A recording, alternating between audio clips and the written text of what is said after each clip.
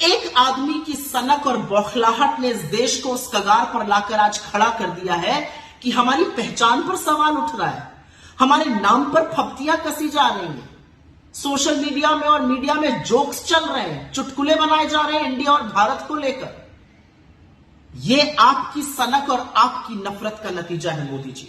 मुझे पता है कि आप इंडिया से डरते हैं, मुझे पता है कि आप अपने विपक्ष से नफरत करते हैं, लेकिन हमसे नफरत करते तो आप दुश्मनी देश से निभाने लगे। इस देश को हम लोग अपनी मां कहते हैं और मां के नाम के साथ खिलवाड़ कौन करता है? आपने तो वो दुष्कर्म भी करके दिखा दिया। इस देश में एक संविधान है और उस संविधान के आर्टिकल 1 ने हमें पहचान दी है भारत की, हमें पहचान दी है इंडिया की। और आपके ये जो कुत्सित प्रयास है हमारी पहचान के साथ खिलवाड़ करने का, वो असल में इस संविधान को बदलने के आपके दुष्कर्म का नतीजा है। आप चाहते हैं कि आप बाबा साहेब का बनाया हुआ यह संविधान बदल दीजिए, लेकिन ऐसा हो नहीं पाएगा, क्योंकि आप भी जानते हैं और मैं भी जानती हूं कि राज्यसभा में आपके पास 2/3 बहुमत नहीं है, तो आप संविधान बदल नहीं पाएंगे। तो यह शगुफा क्यों छोड़ा गया? यह शगुफा इसलिए छोड़ा गया जिससे आपके भक्त और आपका चरण चुंबक मीडिया इसी पर डिबेट करता रहे।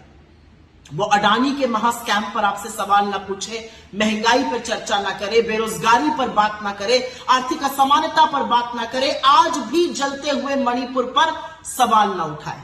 इसलिए आप रह रहकर एक एक शगुफा छोड़ते रहते हैं। लेकिन क्योंकि आपने भारत और इंडिया का शगुफा छोड़ ही दिया है, तो 2-4 बातें कह देती हूं। 100 रुपए का पेट्रोल इंडिया भी खरीद रहा है, 100 ही रुपए का पेट्रोल भारत भी खरीद रहा है। आटे पर जीएसटी आपने इंडिया के लिए भी लगाई है और भारत के लिए भी लगाई है। बेरोजगारी से इस देश का युवा इंडिया में भी जूझ रहा है और भारत में भी जूझ रहा है। आर्थिक असमानता से लोग त्रस्त है इंडिया में भी और लोग त्रस्त है भारत में भी। जलते हुए मणिपुर को देखकर इंडिया भी कांप उठता है और जलते हुए मणिपुर को देखकर भारत की आत्मा भी सिहर जाती है। और अडानी के आपके नाक के नीचे पनपते हुए महाघोटाले पर इंडिया भी सवाल उठाता है और भारत भी आपसे जवाब चाहता है।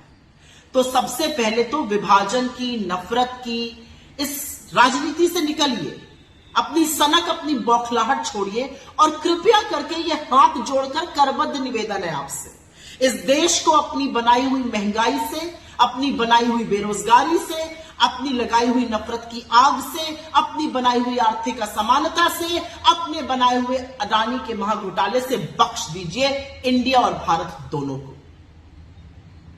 और आप किससे मुकाबला करने चले हैं? आप इंडिया बनाम भारत करिएगा। अरे हम वो लोग हैं जहां पर हमारे नेता ने 4000 किलोमीटर इस देश के पैदल नाप दिए कन्याकुमारी से कश्मीर, जिससे कि भारत जुड़ा रहे। भारत जोड़ो यात्रा आपको जवाब है आपकी नफरत और आपकी कुत्सित राजनीति का। और जब हम कहते हैं जुड़ेगा भारत और जीतेगा इंडिया, तो आपकी बौखलाहट, आपकी घबराहट स्वाभाविक है। भारत माता भी हमारी है, इंडिया भी हमारा है, क्योंकि आप लोगों ने और आपके पूर्वजों ने तो ना इंडियन इंडिपेंडेंस की वॉर लड़ी और ना भारत की स्वाधीनता संग्राम में धेले का योगदान किया।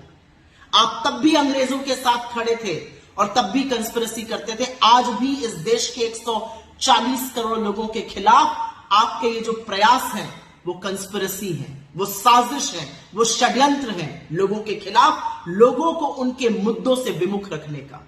जाते जाते एक ही बात कहूंगी मोदी जी, जिसके दिल में अपने देश के लिए प्यार है, जिसका दिल इस देश के लिए धड़कता है, उसको आप किसी भी नाम से बुलाइए, उसका दिल, उसका जमीर हिंदुस्तान के लिए है, इंडिया के लिए है, भारत के लिए है। और ये असलियत ना आप समझ सकते हैं ना आप बदल सकते हैं, क्योंकि आप एक घबराए, बौखलाए, डरे हुए और सन की तानाशाह से ज्यादा अब कुछ नहीं रह गए।